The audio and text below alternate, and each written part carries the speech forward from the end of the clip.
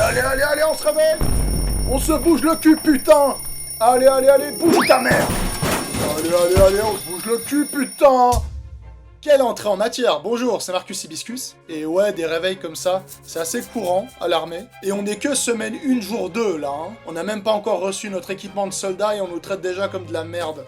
On court. Bouffez, vite. Vous voyez le lieutenant au lever du soleil. Allez, marche.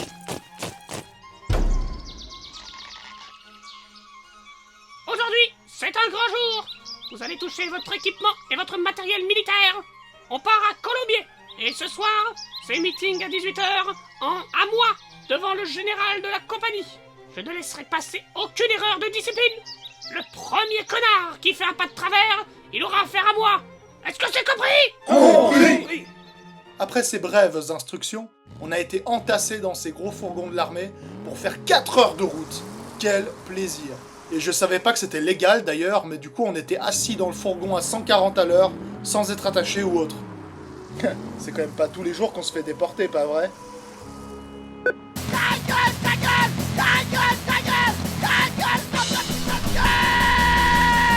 va être long.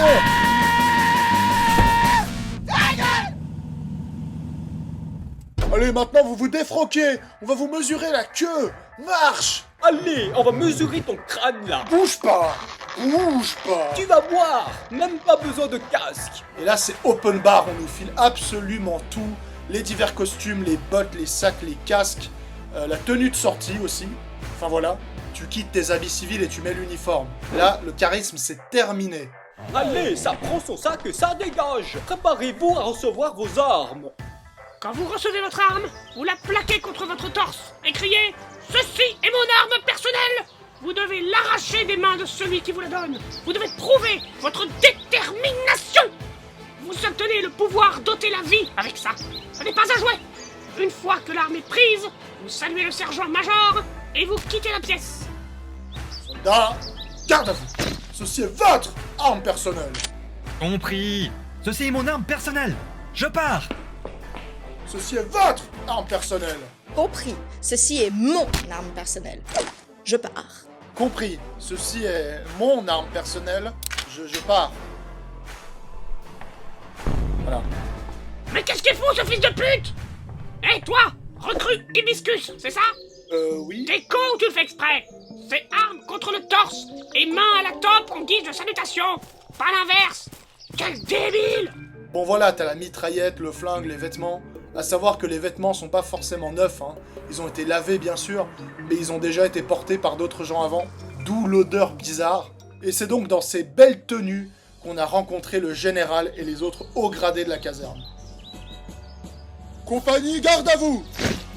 Vous représentez ce qu'a toujours représenté une certaine vision de l'armée suisse, notamment des représentations que présente présentement l'armée suisse à l'international et à présent la population ici présente. Je vous présente le major Reinhard Bach et sa subordonnée, la sergente-major-chef Felicia Spipoletti, qui se porteront garant de votre formation ici à l'infanterie militaire de Feuerschlachtenfeld, fils d'Epp. L'armée, c'est un peu comme une grande famille. Cette caserne sera votre maison pendant les 4 prochains mois.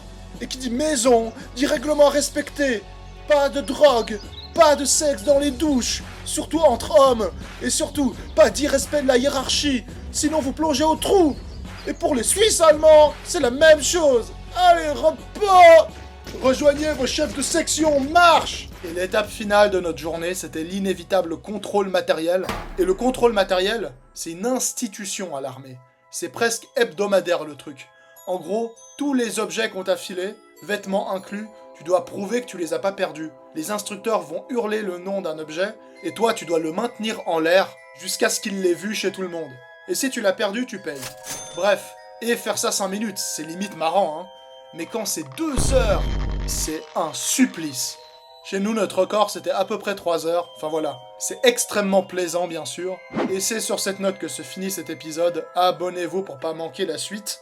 On se retrouve la semaine prochaine, mercredi 18h si tout va bien. Allez, ciao!